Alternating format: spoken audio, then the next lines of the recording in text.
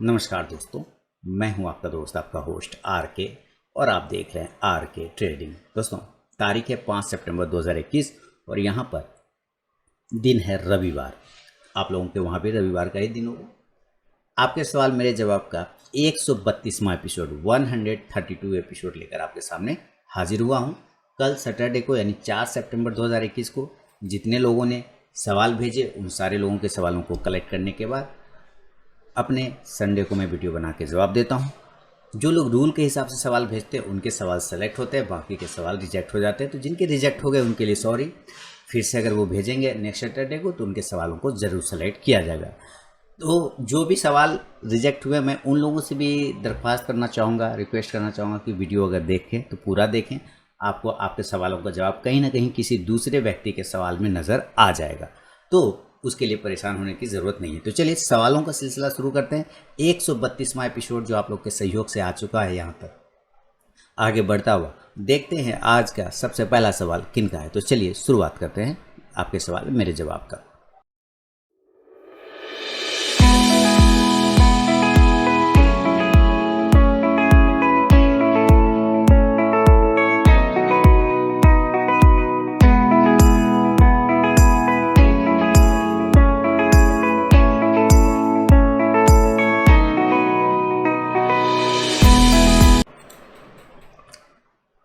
सबसे पहला सवाल है अकोला महाराष्ट्र से आशुतोष जोशी जी ने लिखा है। इनका सवाल है कि सर अशोका बिल्डकॉन के 100 शेयर 104 रुपये 45 पैसे पे लिया गया है। GSFC के 100 शेयर को 120 रुपये पे लिया है। होल्डिंग फॉर 3 to 4 ईयर, 4 सालों के 3 से 4 सालों के लिए इन्होंने इन दोनों स्टॉक्स को लिया है। Your view on both companies, technical and fundamental target, और अगर एवरेज करना हो तो किस प्राइस पर करें। सर मैं आपको बता दूं कि आपने जो दोनों ही स्टॉक्स लिए हैं, सबसे पहले फंडामेंटल इज टू गुड, बहुत बढ़िया है। उसके लिए आपको फंडामेंटल में इसके टेंशन लेने की ज़रूरत बिल्कुल भी नहीं है। मैं आपको फंडामेंटल की तरफ से क्लियर कर दूं कि आपने बिल्कुल फंडामेंटली एक अच्छा स्टॉक्स को सेलेक्ट किया, इसमें डोंट वेरी, टेंशन नहीं लेना है, ठीक है। फंडामेंटल आपका तब तक ख़राब नहीं हो सकता, मैं एक ही बात जानता हूँ आशुतोष जी, फंडामेंटल आपका तब तक ख़राब नहीं हो सकता इस स्टॉक में जब तक कि इसका मैनेजमेंट ख़राब ना हो। जिस परिवार का गार्जियन ख़राब हो जाएगा, जिस परिवार के गार्जियन सही नहीं रहेंगे, उसके बाल बच्चे भी सही नहीं हो सकते, ऐसा माना जाता है। तो जब तक इसके परिवार का गार्जियन सही है, इसका मतलब इसका फंडामेंटल सही है। जब तक मैनेजमेंट सही है, फंडामेंटल सही है, तो डोंट वेरी, अभी तक मैनेजमेंट में कोई खराबी नहीं है और मैनेजमेंट दोनों के बहुत अच्छे हैं। तो फिलहाल आपने जो शेयर लिया वो शेयर टू गुड है, अच्छा शेयर है। हम बात करेंगे अब जरा इसके टेक्निकल की। 104 रुपये 45 पैसे पे आपने अशोका बिल्डकॉन को लिया है। तो चलते हैं अशोका बिल्डकॉन का ये चार्ट मैं आपके सामने में ले आता हूँ और देखें कि 104 रुपये 45 पैसे पे आपने लिया हुआ है। सर बहुत ही अच्छा किया। अगर आपको पहला सवाल बता दूं कि अगर आप एवरेज करना चाहें तो अभी एवरेज करने की ऐसी ज़रूरत है ही नहीं, क्योंकि ये ब्रेकआउट देने के चांसेस बना। लेकिन अगर इन केस ये आपको 88 से लेके 86 के आसपास मिलता है तो आपको ज़रूर एवरेज करना चाहिए नीचे के लेवल पे, ठीक है। 88 से 86 के आसपास में अगर मिलता है तो ज़रूर एवरेज करना चाहिए। अगर ऊपर की साइड में एवरेज करना है तो 104 के ऊपर जब निकल जाए देन आप फिर इसको क्वांटिटी ऐड कर सकते हैं, यानी दोनों ही कंडीशन में आप ऐड कर सकते हैं। एक तो एवरेजिंग का आपको मिल गया। आपको बता दूं आपने ये 3 से 4 साल के लिए लिया है। सर इसका सबसे बड़ा हर्डल जो है वो है 118 रुपये के आसपास का। कितने का है? 118 रुपये का।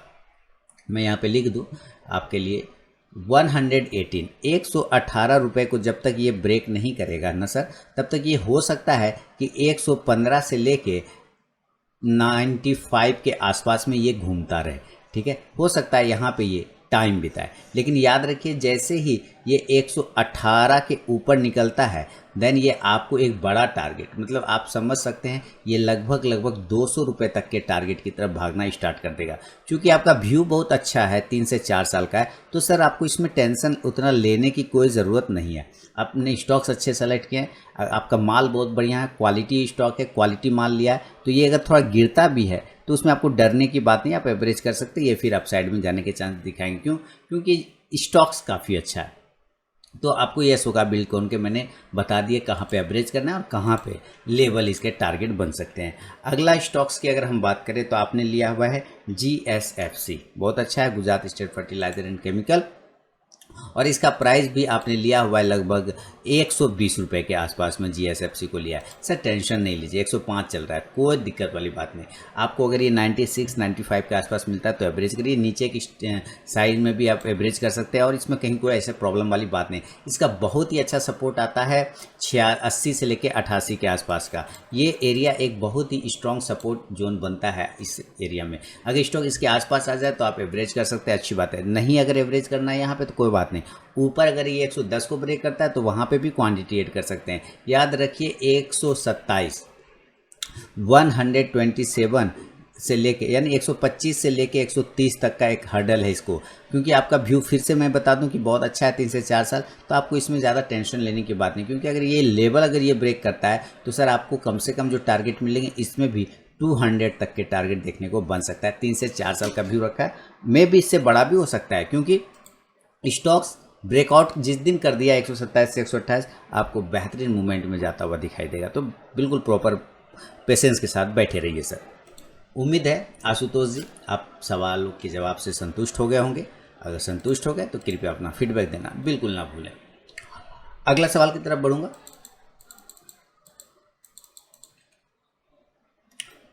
और अगला सवाल है दीपक जी बेंगलोर से लिख रहे हैं अगला सवाल, और ये मैं बता दूं दीपक जी का धन्यवाद करना चाहूँगा। इन्होंने मेरे मोबाइल एप्लीकेशन के थ्रू सवाल भेजा है। तो मैं अपने व्यूअर से बताना चाहूँगा कि अगर आप लोगों ने मेरे मोबाइल ऐप आरके ट्रेडिंग को डाउनलोड नहीं किया है गूगल प्ले से तो ज़रूर डाउनलोड करें। वहाँ पे कॉल्स भी मिलते हैं, स्विंग ट्रेडिंग, पोजिशनल कॉल, सारे कॉल्स मिलते हैं और बहुत सारे एजुकेशनल वीडियोज़ भी वहाँ पर अपलोड होते रहते हैं। तो चलिए इनके सवालों को देख लेता हूँ। सबसे पहला सवाल है इनका, ये लिख रहे हैं कि sir I want to buy escort at current price for at a short time 15 to 30 days, लगभग 15 से 30 दिन के लिए बाय करना चाहते हैं 1345 के आसपास में। Please check and advise. तो ठीक है, हम लोग ध्यान रख रहे हैं इनके स्टॉक को।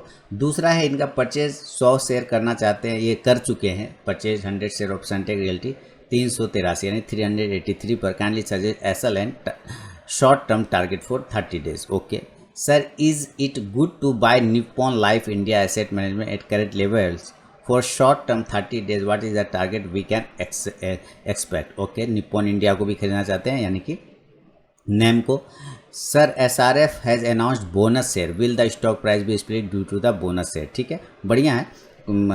SRF अगर आपने खरीदा है तो आपको बोनस मिल जाएगा।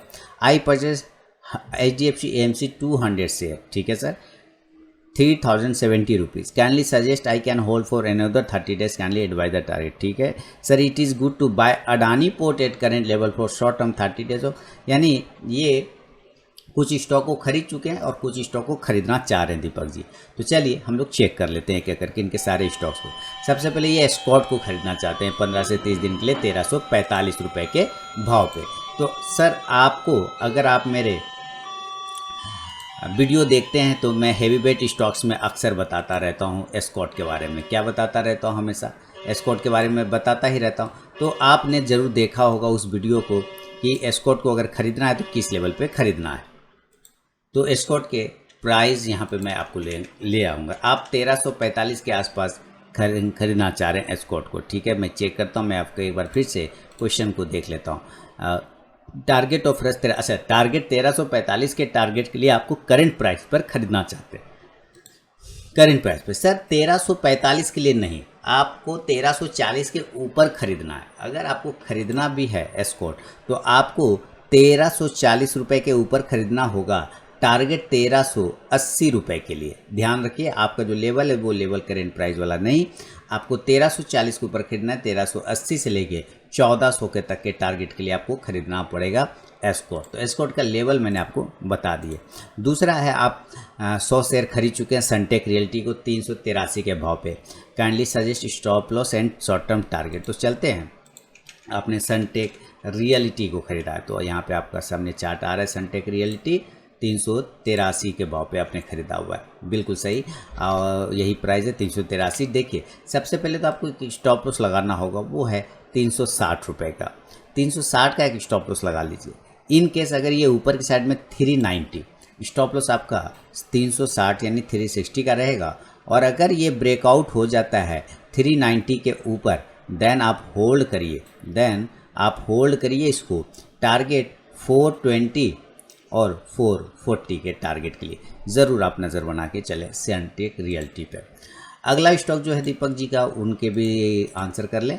It is good to buy Nippon Life investment, यानी नाम को खरीदना चाह रहे हैं, कोई बात नहीं सर, NAM नैम, आप नैम को खरीदना चाह रहे हैं, ये निप्पॉन लाइफ एसेट मैनेजमेंट ये आ गया आपके सामने सर। बिल्कुल खरीद सकते हैं नैम को, कहीं दिक्कत नहीं है, आप खरीद सकते हैं। 425 के ऊपर खरीदिए, 430 के ऊपर खरीदिए 400 के स्टॉप लॉस के साथ, और टारगेट ऊपर 450 से 460 का लेके आप नैम में चल सकते हैं।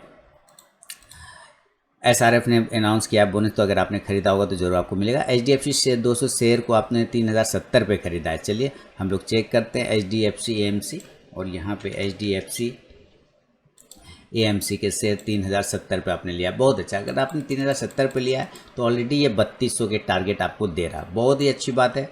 अब आपने प्रॉफिट बुक कर लेना होगा सर आपको, आप एक बार प्रॉफिट आप बुक कर लीजिए, कोई दिक्कत नहीं। आई can hold for another 30 day. आप थोड़ी क्वांटिटी, कितना 100 शेयर लिए है ना आपने, 100 शेयर 200 शेयर, आप 70% 50% या 50% भी क्वांटिटी आप बुक कर लीजिए सर, और एक स्टॉप लॉस 3100 का लगा लीजिए। अगर ये 3210 के ऊपर अगर ये सस्टेन करना स्टार्ट हो जाए तो 3300 तक की टारगेट 3300 तक के टारगेट आपको दिखा सकता है HDFC। दूसरा है it is good to buy Adani port at current price. देखिए अडानी पोर्ट के बारे में तो मैं हेवी वेट स्टॉक्स में बताता ही रहता हूं सर, कि आपको अडानी पोर्ट में क्या किस लेवल पे बाय करना है। अडानी पोर्ट देखिए यहाँ अडानी पोर्ट सस्टेन कर रहा है, बिल्कुल बाय करके चल सकते हैं। 760 के ऊपर अगर निकलेगा अडानी पोर्ट तो 800 तक के टारगेट आपको देने की क्षमता रखता है, लेकिन इस कंडीशन में आपको एक स्टॉप तो 740 रुपये का लगा के चलना होगा अडानी पोर्ट में सर। तो उम्मीद है अडानी पोर्ट एक बेहतरीन टेक्निकल स्ट्रक्चर में ट्रेड करता हुआ दिखाई दे रहा है। अगला सवाल है आपका अडानी पोर्ट के बाद कंप्लीट हो गया। चलिए आपका तो दीपक जी कंप्लीट हो गया, तो उम्मीद करता हूँ फीडबैक देना बिल्कुल ना भूलेंगे। बढ़ूंगा अगला सवाल की तरफ, और अगला सवाल है, इस बार बहुत अच्छे सब सवाल भी आए हैं, मैं शुक्रगुजार हूँ उन लोगों का जिन्होंने बहुत ही अच्छे सब सवाल भेजे। आगे वो सवाल आपको दिखाई देगा। महाराष्ट्र से कोल्हापुर महाराष्ट्र से अजीत ढेरे जी ने लिखा है, JSW स्टील 700 की बाइंग है, शॉर्ट टर्म में ये स्टॉक ऊपर आएगा क्या? बिल्कुल सर, JSW स्टील पे 700 की आपने बाइंग कर लिया है तो क्यों डर रहे हैं सर। स्टील कंपनियों में भी तो मूवमेंट है, स्टील कंपनियों में एक है। और याद रखिए JSW स्टील बहुत ही आपने 700 पे बाय कर लिया, और मैं अक्सर metal Nifty IT metal pharma और फाइनेंशियल स्टॉक एनालिसिस में मैं इस स्टॉक के बारे में बताता भी रहता हूं कि आपको बाय करना है 700 के ऊपर। आपने 700 पर बाय कर लिया है, कोई दिक्कत वाली बात नहीं, तो आप सबसे पहले एक स्टॉप लॉस लगा लीजिए सर 660 रुपये का। देखिए ये जैसे ही 700 को ब्रेक करेगा उसके ऊपर क्लोज करेगा, आप एक बड़े टारगेट 760 रुपये के टारगेट के लिए आप रेडी हो जाइएगा। ये आपको बड़ा टारगेट, पहला टारगेट 720 का आएगा, दूसरा 740 का, और तीसरा 760 रुपये तक का एक टारगेट देगा। तो नज़र रखिए JSW स्टील। खराब स्टॉक आपने बिल्कुल नहीं खरीदा, आपने एक अच्छा स्टॉक खरीदा है, ज़रूर आप पॉजिटिव मूवमेंट के साथ उसमें बने रहिए। बस 700 का ही हर्डल है, जो जिस प्राइस पे आपने लिया वही प्राइस उसका हर्डल है।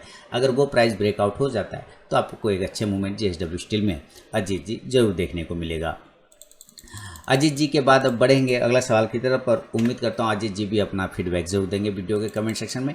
टोनी गुप्ता जी ने रांची से लिखा है, टोनी गुप्ता जी रांची से लिख रहे हैं, सर मेरा क्वेश्चन ये है कि मार्केट ऑल टाइम हाई पर ट्रेड कर रहा है, अगर यहाँ से प्रॉफिट बुकिंग आती है तो कितने पॉइंट्स की आनी चाहिए, और mid cap and small cap का भी चार्ट एनालिसिस करके अपना ओपिनियन बता दिए। देखिए ऑलरेडी मैंने बताया है आप लोगों को कि मार्केट ऑल टाइम हाई पर है, ये तो अच्छी बात है ना। पहली बात तो देखिए ये पॉजिटिव चीज़ है, क्या है ये पॉजिटिव चीज़ है। और अगर प्रॉफिट बुकिंग आती है तो आया तो सर प्रॉफिट बुकिंग, शायद आप उस वक्त मार्केट में नहीं थे क्या, इधर ही तो प्रॉफिट बुकिंग आई।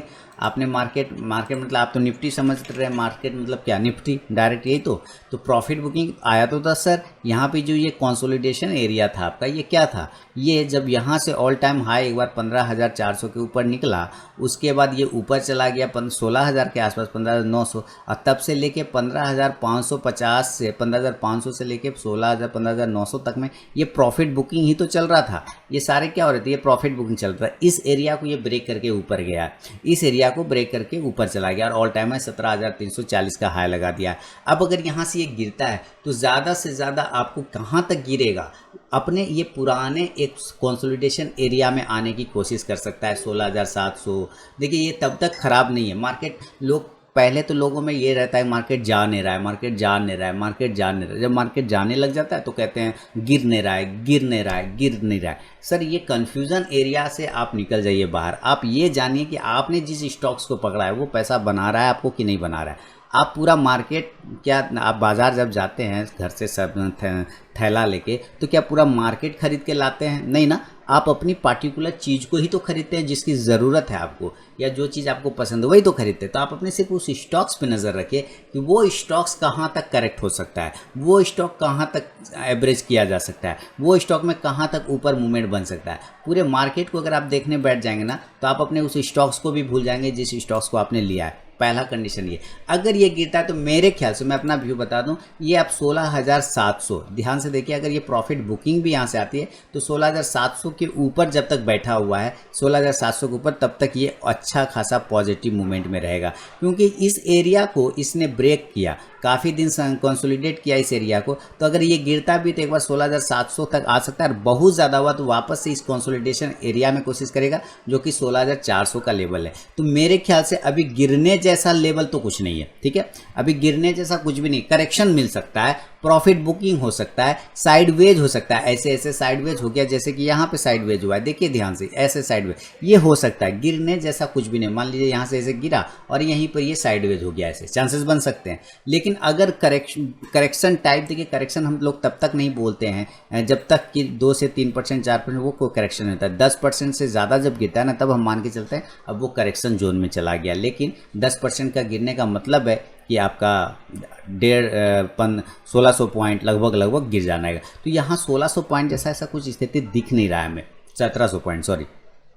तो ज़्यादा से ज़्यादा ये 16,700 को ब्रेक करेगा तो 16,400 तक। तो ये एरिया जब तक हमारे पास है हमें टेंशन लेने की ज़रूरत नहीं, यानी हम 16,400 से 16,700 के बीच में ज़्यादा से ज़्यादा हम कंसोलिडेट करेंगे। अब कुछ हो गया, मान लीजिए वो जो 5% की संभावना हमेशा रहती है, कुछ हो गया दोबारा से, कोरोना रिटर्न आ गया है ना, कोरोना 3.0 आ गया, विध्वंस हो गया, तालिबान ने हमला कर दिया, मतलब समझ रहे हैं आपने, चाइना ने कुछ कर दिया, पाकिस्तान ने कुछ कर दिया, मतलब वो जो एक होता है ना कि कुछ भी हो सकता है संभावना, अगर वो 5% की संभावना हो जाती है तब तो ये समझिए वापस धड़ाक से यहाँ गिर जाएगा, ठीक है, डायरेक्ट यहाँ गिर जाएगा, फिर तो उसमें आप सोचना ही नहीं है। लेकिन अभी अगर वैसे चांसेस नहीं है तो ज़्यादा से ज़्यादा करेक्शन एरिया आपका 16,400 16,700 तक बन सकता है, मे बी, उससे ज़्यादा नीचे आने के चांस नहीं है। इसलिए आप अपने स्पेसिफिक स्टॉक्स पे नज़र रखिए टोनी जी। आप पूरा मार्केट को अगर करने लग जाएंगे ना तो आप अपने स्टॉक्स पे भी फिर नज़र नहीं रख पाएंगे, है ना। दूसरा है कि इन्फ्लेशन बहुत ज़्यादा हो चुका है, ठीक है, पेट्रोल डीजल गैस खाने की चीज़ ये दिन पर दिन महंगी हो रही है। क्या इससे मार्केट में कोई फ़र्क पड़ता है? कोई फ़र्क नहीं पड़ता है सर, कोई फ़र्क नहीं पड़ता है। गैस महंगा हो गया, गैस की कंपनी खरीद लीजिए, पेट्रोल महंगा हो गया, पेट्रोल की कंपनी खरीद लीजिए। सीधी सीधी बात समझिए, महंगा जो प्रोडक्ट हो रहा है मार्केट में उस कंपनी का स्टॉक्स खरीद लीजिए, सीधी सी बात समझिए, है ना। क्योंकि अगर पेट्रोल महंगा होगा तो जाहिर सी बात है पेट्रोल कंपनियों का इनकम में वृद्धि होगा। अगर आपका गैस महंगा हो रहा है तो गैस कंपनियों में प्रॉफिट में इंक्रीज होगा, तो उसके स्टॉक्स के प्राइस में मूवमेंट आते हैं। इससे मार्केट में कोई फ़र्क नहीं पड़ता, प्राइस में मूवमेंट होता है। तो अगर आपको मान लीजिए कि गैस का ले रखे हैं आपने, आपके पास जैसे मान लेते हैं BPCL, भारत पेट्रोलियम का गैस सिलेंडर आप लेते हैं, प्राइस महंगा हो रहा है ना, BPCL का शेयर खरीद लीजिए।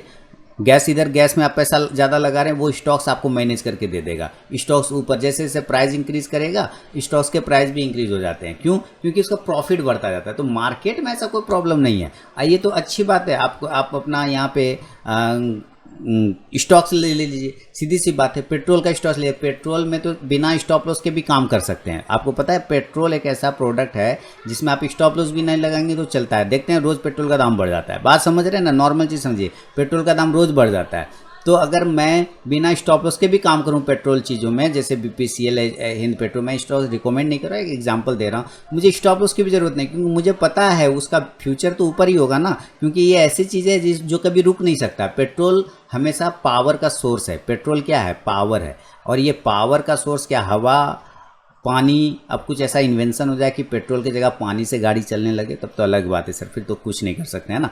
तो इस पे आपको फोकस रखना चाहिए, अपना व्यू क्लियर रखना चाहिए।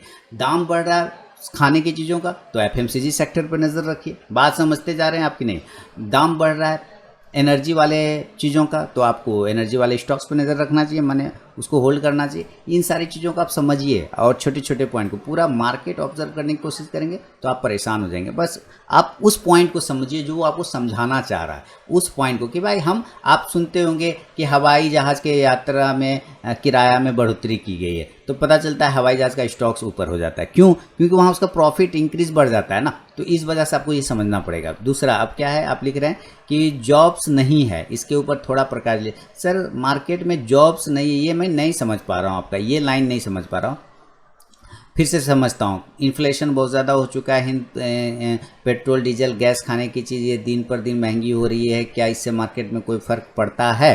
तो यहाँ तक एक पूरा सेंटेंस हो गया, ठीक है। उसके बाद क्या है, मार्केट में जॉब्स नहीं है, ठीक है। जो मार्केट में जॉब्स नहीं है मतलब नहीं समझ रहा हूँ, मार्केट में जॉब्स नहीं है, इसके ऊपर थोड़ा प्रकाश डालिए और अपना व्यू दीजिए। मैं ये नहीं समझ रहा हूँ कि मार्केट में जॉब्स नहीं है। मार्केट में जॉब्स कौन करता है सर? हम लोग तो जॉब ही कर रहे हैं ना, अपना धंधा, दुकान शटर 9 बजे उठाते हैं और 11 साढ़े 11 में शटर बंद करते हैं, मतलब 9:30 से 11:15 बजे के बीच में जो भी प्रॉफिट लॉस हुआ अपना लेके बंद करते हो। तो जॉब आप करेंगे ना, मार्केट थोड़ी आपको जॉब देगा।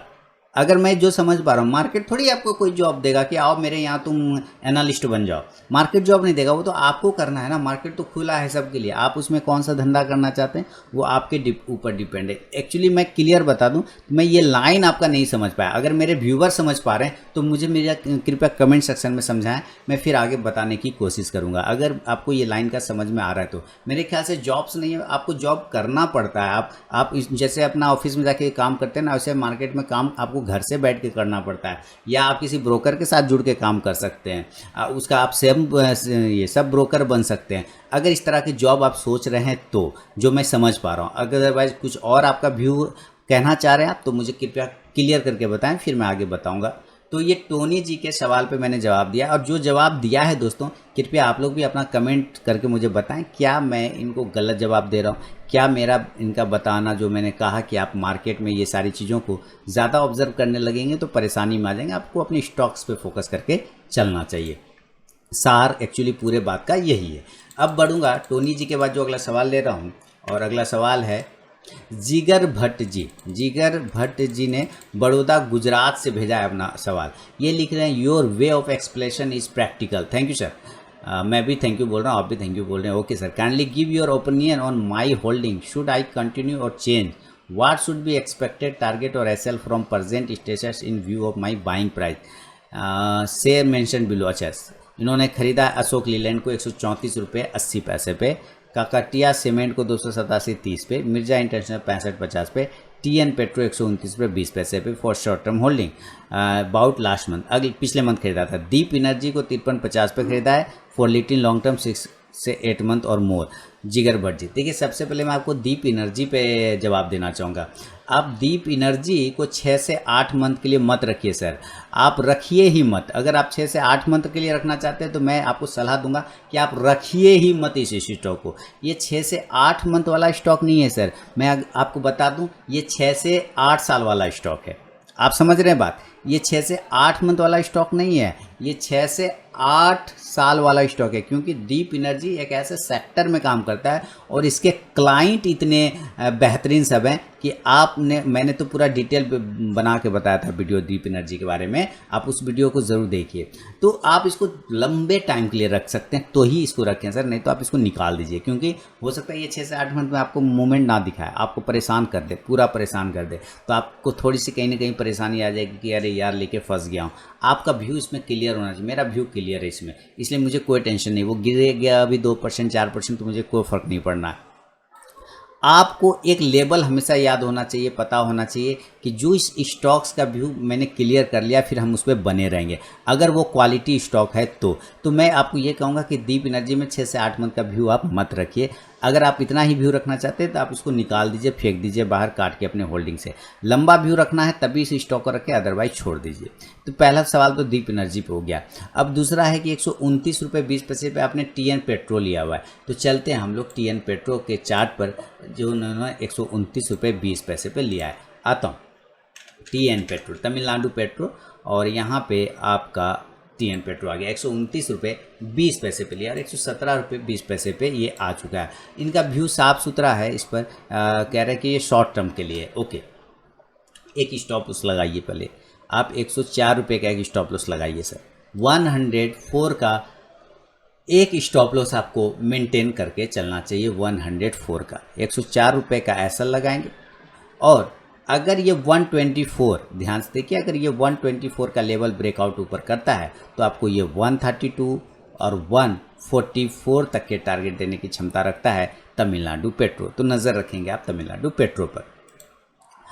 अब दूसरा स्टॉक जो है आपका मैं बढ़ूंगा दोस्तों। अगर ये मेरा कोशिश जो मैं हर सप्ताह आप लोगों के लिए लेकर आता हूँ, आपके सवाल मेरे जवाब अगर थोड़ा सा भी आपके काम आता है तो मुझे कमेंट सेक्शन में ज़रूर बताएं। आपका कमेंट ही मोटिवेशन का काम करता है। मुझे भी मोटिवेशन एनर्जी की ज़रूरत होती है तो वो आपके कमेंट ही मुझे देते हैं। मिर्जा इंटरनेशनल 65 रुपये 55 पैसे पे लिया है। तो मैंने एक बार अपने वीडियो में, एक बार नहीं कई बार अपने वीडियो में बोला था कि कुछ ऐसे स्टॉक्स हैं सर जिन्होंने मार्केट ने अभी रिस्पेक्ट नहीं किया, मार्केट ने उसका रिस्पेक्ट नहीं किया, जिसमें मिर्जा इंटरनेशनल भी है। ठीक है, तो मिर्जा इंटरनेशनल 65-55 पे लिया है। एकदम होल्ड रखिए मिर्जा इंटरनेशनल को सर, क्योंकि मार्केट ने अभी वो प्राइस इसको दिया नहीं है जिस प्राइस का ये हकदार है।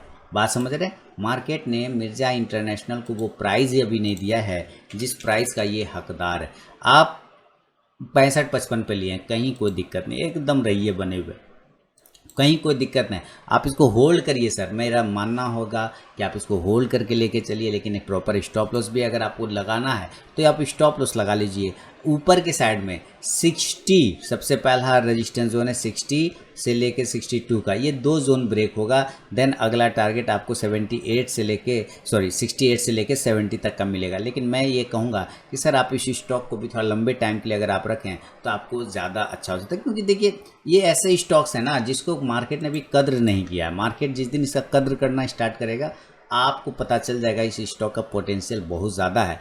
अप साइड में मिर्जा इंटरनेशनल एक अच्छा बेहतरीन स्टॉक है, जूता बनाने वाली कंपनी रेड टेप इसका ब्रांड आता है और महंगा ब्रांड है रेड टेप, है ना। रेड टेप के नाम से इसका ब्रांड आता है। अगर आपने अपने शहर में देखा होगा तो ये ब्रांड नेम है, बहुत फेमस ब्रांड है मिर्जा इंटरनेशनल का। आगे बढ़ूँगा और अगला सवाल जो है वो है इन्हीं का है। काकतिया सीमेंट 287.30 पर लिया हुआ है। तो चलते हैं काकतिया सीमेंट के बारे में। काकतिया ये आ गया, Kakatiya cement and sugar. Okay, आपने कितने प्राइस पे लिया है सर? आपने लिया है 287 रुपये 30 पैसे पे, और ये 253 रुपये है सर। एक स्टॉप लॉस 230 रुपये का लगा लीजिए। 260 का छोटा सा एक रेजिस्टेंस, अगर वो रेजिस्टेंस ब्रेकआउट होता है 270 तक के टारगेट देखने को आपको ऊपर में, और 290 तक भी जाने के चांसेस बनेंगे शॉर्ट टर्म में काकतिया सीमेंट में।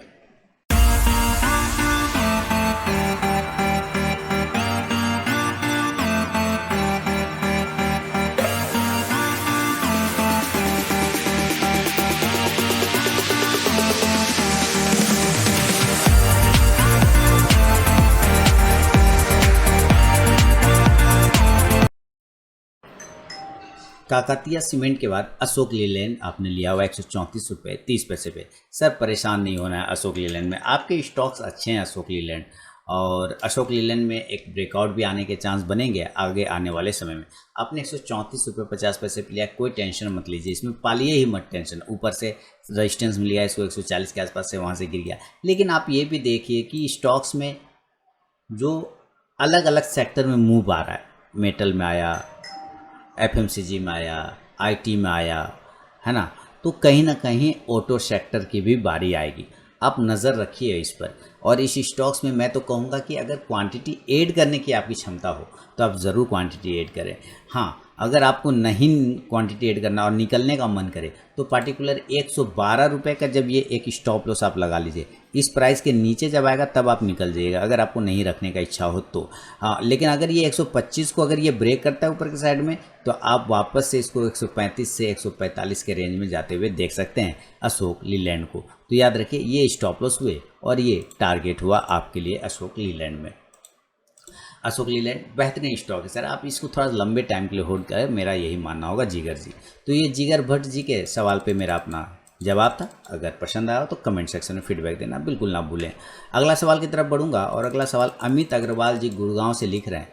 अमित अग्रवाल जी का गुड़गांव सवाल है कि सितंबर मंथ में व्यू बताइए डॉक्टर लाल पैथले में bought at 14190 what will be the target and stop loss according to the month. देखिए निफ्टी फार्मा आईटी मेटल वाला एनालिसिस आप ज़रूर देखा करिए, निफ्टी फार्मा मेटल वाला, उसमें डॉक्टर लाल पैथलेब के बारे में भी मैं आपको बताता रहता हूं।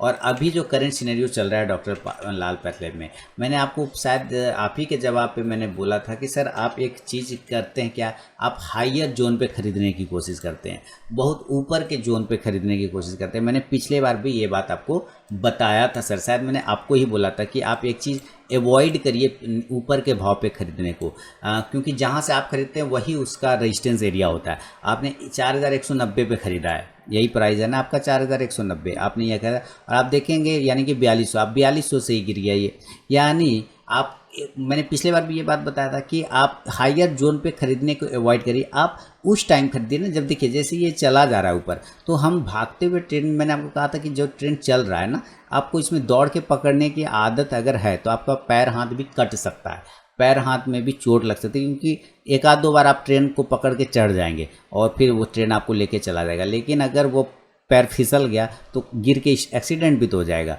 तो यहाँ पे वही चीज़ आप कर रहे हैं कि ये जब ट्रेन भाग रहा होता है तब आप खरीदते थे, कि आपको खरीदना चाहिए था तब जब ये ट्रेन हॉल्ट पे रुका हुआ है, समझ रहे हैं ना, ये ट्रेन भागा और ट्रेन हॉल्ट पे रुक गया, हॉल्ट पे रुका मतलब एक स्टेशन पे रुका, यानी करेक्शन कर रहा है। आपको करेक्शन एरिया के वक्त खरीदना है, आप क्या करते हैं रनिंग में खरीदते नहीं, मैं अगर खरीदना चाहूँगा तो मैं जब ये करेक्शन एरिया करेगा मैं उस समय यहाँ पे खरीदूंगा, ठीक है, उस समय यह खरीदूंगा या उसके ऊपर या नीचे खरीदने की कोशिश करूँगा। लेकिन चूंकि आप खरीद चुके हैं पहले से, तो मैं अब आपको यहाँ पे स्टॉप लॉस बता दूँ, 4000 रुपये का आपका स्टॉप लॉस है। और दोबारा मैं आपको बता दूँ कि जो आपका प्राइस है वही प्राइस आपको ब्रेक करना होगा, यानी कि 4200 का लेवल अगर ये ब्रेक करता है तो आपको 4400 तक के टारगेट और 4500 तक के टारगेट सितंबर मंथ में मिलेंगे। लेकिन कंडीशन है कि इसको 4200 के ऊपर वापस से निकलना पड़ेगा, तब इस कंडीशन में आप स्टॉप लॉस 4000 रुपये का लगा के चल सकते हैं डॉक्टर लाल पैथलेब में।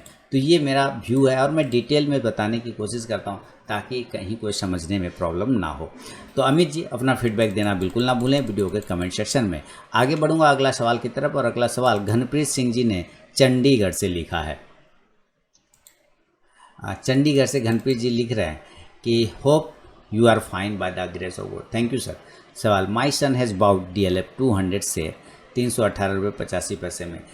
इनके सुपुत्र ने DLF के 200 शेयर को खरीदा 318.85 पे, हिंद पेट्रो के 200 शेयर खरीदा 267.15 पे। Both are bought recently for short term, kindly suggest excellent target. ठीक है। Secondly, I bought the following stocks few years back, कुछ साल पहले इन्होंने कुछ शेयर खरीदा, जैसे माइंट्री को 1765 क्वांटिटी खरीदा है 75 रुपया 15 पैसे में 2009 में मात्र 75 रुपये 15 पैसे के भाव से माइंट्री को इन्होंने खरीदा था। कोटक बैंक को 1001 शेयर 360 रुपये 85 पैसे को खरीदा था 2014 रुपये पे। Please give your valuable feedback regarding is future forecast. Sir सबसे पहले तो मैं आपको फ्यूचर वाले स्टॉक्स मतलब जो आपने खरीद रखे हैं उसी पे मुबारकबाद दूंगा। दोस्तों ध्यान से देखिए कि इन्होंने कितना टाइम दिया है। 2009 में इन्होंने 75 रुपये 15 पैसे पे माइंट्री को खरीदा है और आज माइंट्री कितने के आसपास चल रहा है, लगभग 4000 के आसपास चल रहा है ना। एक बार फिर से प्राइस को मैं देख लूँ, माइंट्री कितने के आसपास चल रहा है, माइंट्री 3000, बिल्कुल 3700, वही क्या 4000 के आसपास, तो 3800 आ गया।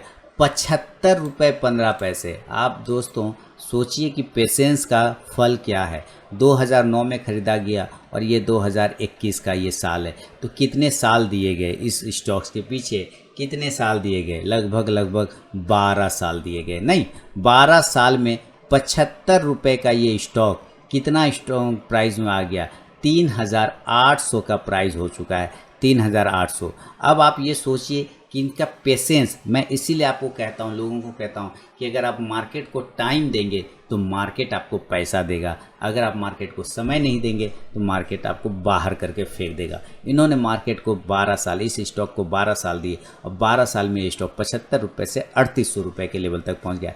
धनप्रीत जी अभी आपको इसमें से निकलने की कोई ज़रूरत नहीं है, आप बिल्कुल होल्ड रखिए इस स्टॉक को। 4000 के टारगेट के लिए आप होल्ड करके आगे चल सकते हैं। आप बिल्कुल मज़े में रहिए, कहीं कोई टेंशन वाली बात नहीं, और इन्जॉय करिए प्रॉफिट को। दूसरा, आपने कोटक बैंक को लिया हुआ है सर, और 314 के आसपास के भाव में है ना। 2014 ईस्वी में आपने कोटक बैंक को लिया है 1001 शेयर 360 रुपये 85 पैसे के भाव पे 2014 ईस्वी में। तो देखिए 360 रुपये 85 पैसे का ये शेयर, 360 रुपये 85 पैसे का शेयर एक समय 2000 के हाई लगा चुका, 2000 का हाई लगा चुका। 2014 ईस्वी में इन्होंने खरीदा था 360 रुपये के भाव पे, वो शेयर 2000 का है। सर इसमें से निकलने की कोई जल्दी नहीं है, बिल्कुल बने रहिए वापस से 2000 के टारगेट के लिए कोटक महिंद्रा बैंक में और एंजॉय करिए प्रॉफिट को सर, बिल्कुल बने रहिए। अब जो है रिसेंटली आपने खरीदा डीएलएफ के 200 शेयर 318.85 पे और हिंद पेट्रो 267 रुपये पे। तो हम लोग सबसे पहले डीएलएफ के शेयर को चेक कर लेते हैं। तो ये आपके सामने आ गया डीएलएफ और आपने खरीदा 318.85 में, आपके सुपुत्र ने खरीदा है 318.85। सर बिल्कुल सही है, कहीं कोई दिक्कत वाली बात नहीं है। लेकिन देखिए ये ट्रेंड चल रही है, ये क्या है सर, ये ट्रेंड चल रही है ना, ये ट्रेंड चल रही है। एक बार आप 358 से 60 तक का टारगेट के पास का वेट कर सकते हैं, किस में, डीएलएफ में ज़रूर वेट करें। 358 से 360 के टारगेट का शॉर्ट टर्म में ये आपको दिखा सकता है, लेकिन स्टॉप लॉस 330 रुपये के आसपास का लगा के आपको चलना होगा इस कंडीशन में। दूसरा आपने हिंद पेट्रो 267.15 पे लिया है। तो चलिए हम लोग हिंद पेट्रो को भी देखते हैं। 267.15 में बहुत अच्छा ही, बहुत ही शानदार तरीके से ऊपर जाने की कोशिश कर रहा है हिंद पेट्रो। और नज़र रखिए आपको 280 से लेकर 290 तक का नेक्स्ट टारगेट मिल सकता है हिंद पेट्रो पे। स्टॉप लॉस 260 रुपये का लगा के चलना होगा घनप्रीत जी। तो ये व्यू है आपके इन सवालों को, अपना फीडबैक देना बिल्कुल ना भूलें। और आप सब लोगों को शिक्षक दिवस की हार्दिक शुभकामनाएं, बधाई। जितने शिक्षकगण हैं, जितने भी शिक्षक बंधु भाई हैं, सारे लोगों को शिक्षक दिवस की हार्दिक बधाई शुभकामनाएं मेरे तरफ से। अपने लाइफ में आप लोगों को इसी तरह शिक्षा देकर जागृत करते रहिए, सिखाते रहिए, समझाते रहिए, देश का भविष्य बनाते रहिए। बहुत बहुत धन्यवाद आप लोगों का, सारे शिक्षक लोगों का। मैं भी अपने इन सारे शिक्षकों को धन्यवाद करना चाहूँगा जिसके वजह से मैं आज यहाँ तक पहुँच पाया। खैर आज इस पर हम लोग बाद में बात करेंगे, लेकिन फिलहाल आपके सवाल मेरे जवाब को कंटिन्यू करते हैं। तो चलिए अगला सवाल की तरफ बढ़ता हूँ। घनप्रीत जी अपना फीडबैक देना बिल्कुल ना भूलें। अगला सवाल है तनवीर आलम जी दिल्ली से लिख रहे हैं। देखिए मेरे पास भारत के विभिन्न कोनों से सवाल आते हैं, विभिन्न जगहों से सवाल आते हैं और मुझे अच्छा भी लगता है कि कम से कम मैं अकेला नहीं हूँ। यानी कि मैं अगर किसी जगह पे जाऊँ तो कम से कम मुझे ये कभी फीलिंग नहीं आएगी कि मैं अकेला हूँ। यानी वहाँ पे मेरे व्यूवर्स रहेंगे, मेरे सपोर्टर रहेंगे और साथ में मेरे हेटर भी रहेंगे, उसमें कोई दिक्कत नहीं। लेकिन एक चीज़ की फीलिंग हमेशा रहेगी कि वो मेरे साथ हैं हमेशा। अगर इस तरह की फीलिंग्स मन में आती तो आपके अंदर एक अलग कॉन्फिडेंस आ जाता है। तनवीर आलम जी दिल्ली, अगर मैं कभी दिल्ली गया मान लिया तो मैं तनवीर आलम जी से मिलना चाहूँगा। मैं कभी पंजाब गया, चंडीगढ़ गया तो घनप्रीत जी से मिलना चाहूँगा। मैं कभी अगर पुणे गया तो पटवर्धन जी से मिलना चाहूँगा, संतोष जी से मिलना चाहूँगा। मतलब ऐसे बहुत सारे मेरे व्यूवर्स हैं, मेरे सपोर्टर हैं, साथ में मेरे स्टूडेंट भी हैं, तो सारे लोगों से मिलना चाहूँ। तो एक अकेलापन जो होता है ना कि एक अनजाना सर फीलिंग अकेला, वो ख़त्म हो गया मेरे अंदर से आप लोगों के सपोर्ट से। तनवीर आलम जी दिल्ली से लिख रहे हैं मेरे पास इंडिगो रेमेडीज़ 480 की बाइंग है, अजमेरा रियल्टी 360 की बाइंग है, टारगेट और स्टॉप लॉस क्या होगा। आगे चलते हैं सर। इंडिगो रेमेडीज़ 480 पे आपने खरीदा हुआ है, बढ़िया है, बहुत ही अच्छा बात है, चेक करते हैं।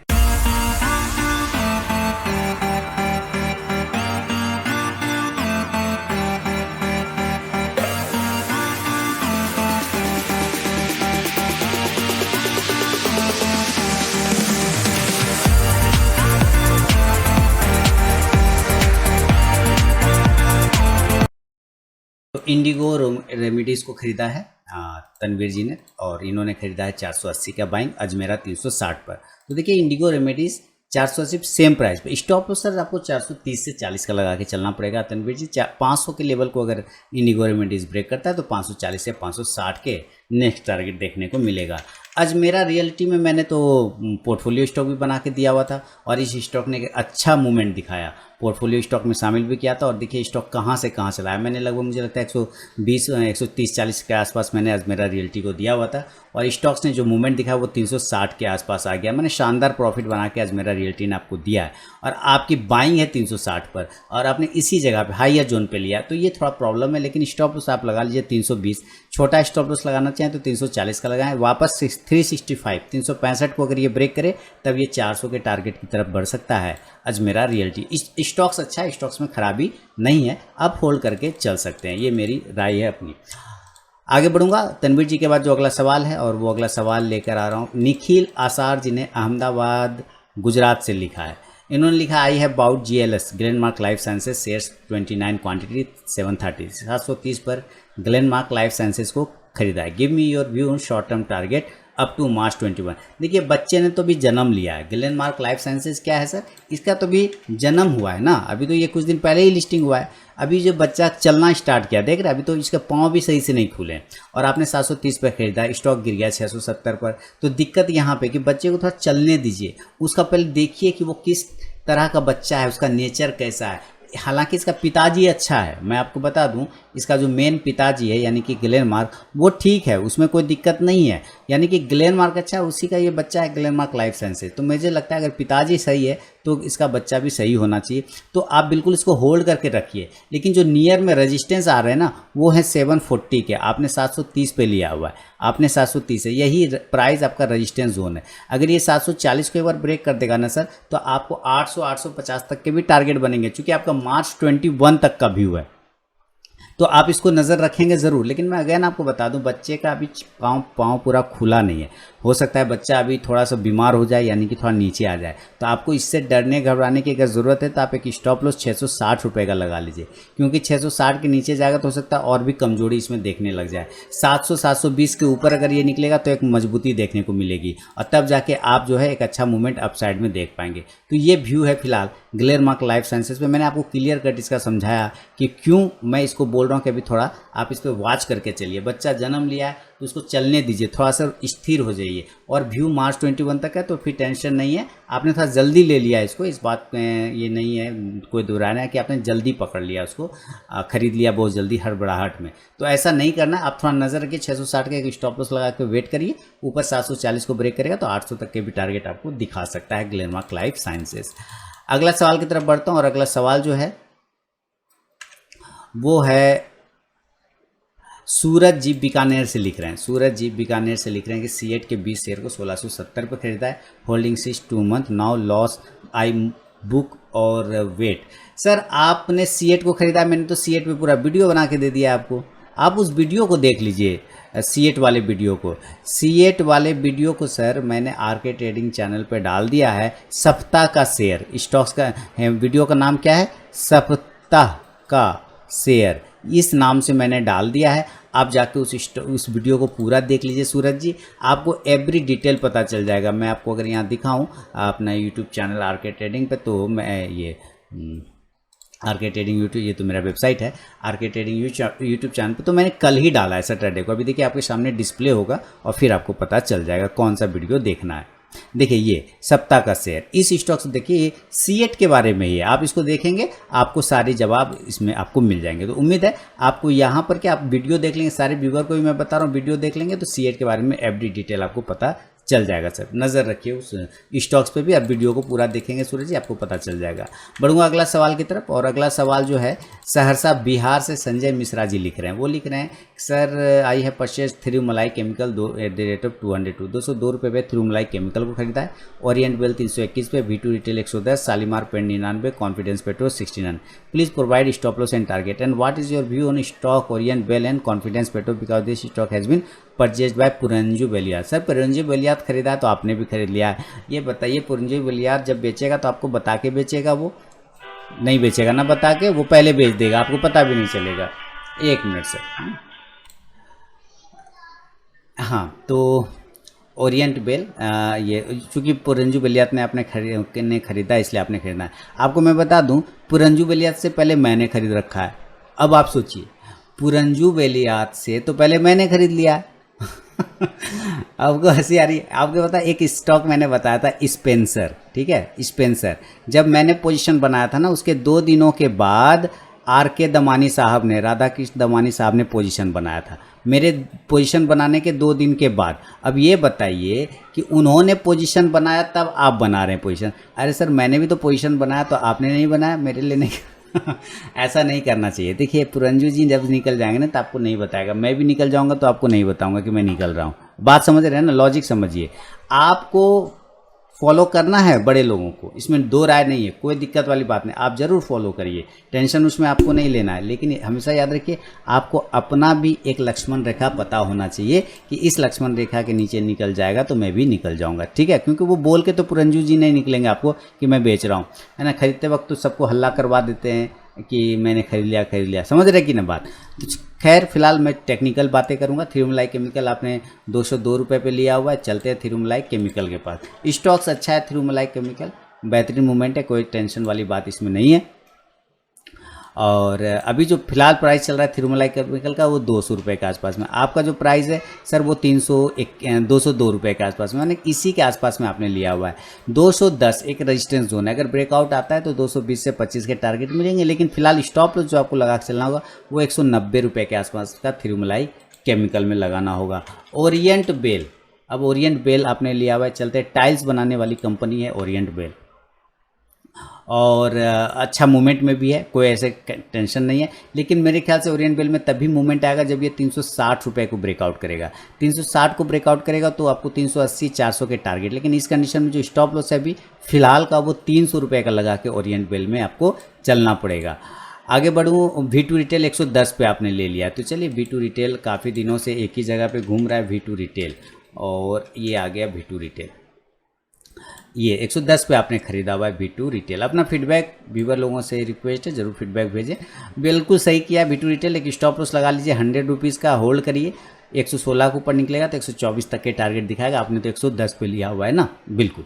शालीमार पेंट 99, ये शालीमार पेंट मुझे पसंद नहीं है। मैं अपना पर्टिकुलर पर्सनली बात बोलूँ तो शालीमार मुझे बिल्कुल पसंद नहीं है। थोड़ी सी डेप्थ वाली कंपनी है, मूवमेंट नहीं है, सेल्स इसका थोड़ा सा ख़राब है। हाँ मोमेंटम मिल सकता है ये फेस्टिवल वगैरह की वजह से, दिवाली वगैरह की वजह से, लेकिन जो स्टॉक्स है ना उतना मुझे ये इतना खास पसंद नहीं आता, थोड़ा फंडामेंटल भी इसका गड़बड़ है। स्टॉप लॉस 92 का लगा के चलिए, ऊपर अगर ये 100 को लेवल को ब्रेक करे तो 108 और 112 तक के टारगेट बन सकता है आपको शालीमार पेंट में। कॉन्फिडेंस पेट्रो 69 पे लिया है, ठीक है सर कोई बात नहीं, कॉन्फिडेंस पेट्रो ले लिया है। कॉन्फिडेंस पेट्रो लेना भी चाहिए, मैंने तो वीडियो बना के भी दिया था। कॉन्फिडेंस पेट्रो सस्ती पेट्रोलियम कंपनी पे बड़ा रिसर्च करके मैंने वीडियो बनाया था और मैंने तभी पोजीशन लिया था।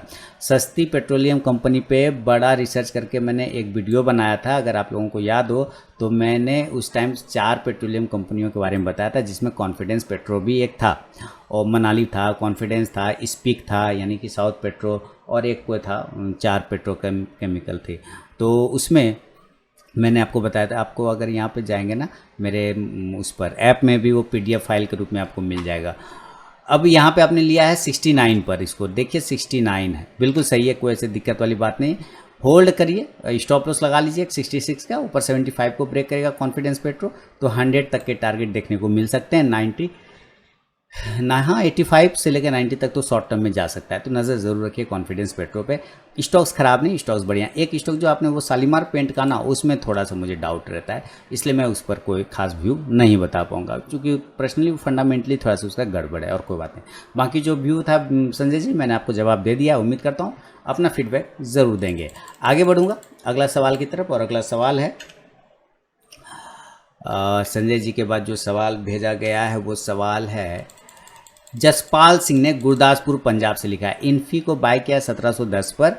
अच्छा, इन्फी को बाय 1710 पे करना सही होगा, अगर कर सकते हैं तो SL और टारगेट क्या होगा? बहुत अच्छा बात है, हम लोग इन्फोसिस के चार्ट को देख लेंगे। यहाँ पे इन्फोसिस 1710 पे ले सर, ठीक है कोई ख़राब बात नहीं, आप बिल्कुल लीजिए 1710 और 20 के ऊपर। स्टॉप लॉस 1670 का लगाइए, टारगेट 1750 से लेके 1775 और 1800 का नेक्स्ट टारगेट का वेट करके चल सकते हैं।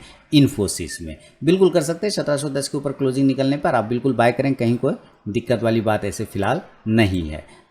जसपाल जी, आगे बढ़ूंगा। जसपाल जी के बाद जो सवाल भेजा गया है वो सवाल है सुनील शर्मा जी ने। सुनील शर्मा जी बलिया यूपी से लिख रहे हैं, KMC हॉस्पिटल को 5890 पे बाय किया, गुजरात स्टेट फाइनेंस को 6 रुपया 40 पैसा पे बाय किया, ऑरिकॉन इंटरप्राइज को 3270 पे बाय किया, राजू इंजीनियरिंग को 2490 पे बाय किया। शॉर्ट लेवल कहाँ तक है? देखिए राजू इंजीनियरिंग और ऑरिकॉन इंटरप्राइजेस की बात मैं पहले आपको बता दूं, इस पर मेरा कोई शॉर्ट टर्म व्यू नहीं है, इस पर मेरा लॉन्ग टर्म व्यू है ना, लॉन्ग टर्म व्यू है। राजू इंजीनियरिंग और ऑरिकॉन पे मेरा 3 to 5 ईयर्स का व्यू है, मैं क्लियर आपको बता दूं, शॉर्ट टर्म इस पर कोई व्यू नहीं है। अब बात आ गया केएमसी हॉस्पिटल, जिसने अभी नया नया लिस्टिंग किया है, गुजरात स्टेट फाइनेंस। इसको मैंने पहले ही 17,000 वाले पोर्टफोलियो में गुजरात स्टेट फाइनेंस को दिया हुआ था और उसने मूवमेंट भी किया था। तो अब चलते हैं Raju engineering and KMC if 1 year hold, so it's my correct thinking. Yes, Raju engineering को और इकॉन को आप बिल्कुल होल्ड करके रखें। केएमसी हॉस्पिटल भी आप होल्ड करके रख सकते हैं सर। मैं आपको बता दूं, राजू इंजीनियरिंग और ऑरिकॉन का चार्ट मैं नहीं दिखाऊंगा, कारण उस पर व्यू मेरा क्लियर है 3 to 5 ईयर्स का। केएमसी हॉस्पिटल को भी आप लंबा समय के लिए लेके चल सकते हैं। हालांकि स्टॉक्स है पुराना, सॉरी इसकी लिस्टिंग अभी नहीं हुई, वो एक और हॉस्पिटल था ना, उसकी लिस्टिंग नहीं हुई थी, ये पुराना है। इसका जो है 58 पे 60 पैसे पे आप इसको बिल्कुल लेके चल सकते हैं। लेकिन थोड़ा सा इसका भी क्या है प्रॉब्लम, इसके साथ फंडामेंटली थोड़ा प्रॉब्लम है, डेप्ट वाली थोड़ी सी कंपनी हो जाती है, जिसके वजह से ये मुझे पर्सनली पसंद नहीं आता है। लेकिन मूवमेंट में है स्टॉक, तो 48 रुपये का एक स्टॉप लॉस लगा लीजिए। 62 रुपये को अगर ऊपर ब्रेक करेगा केएमसी स्पेशलिटी हॉस्पिटल, तो आपको 68 से लेकर 72 तक के शॉर्ट टर्म टारगेट मिल सकते हैं देखने के लिए केएमसी में। और गुजरात स्टेट फाइनेंस की बात कर ले तो छोटा स्टॉक है, कोई दिक्कत वाली बात नहीं है। अभी हम लोग वापस आते हैं गुजरात स्टेट फाइनेंस में। गुजरात स्टेट एक फाइनेंस है ना, GSFC,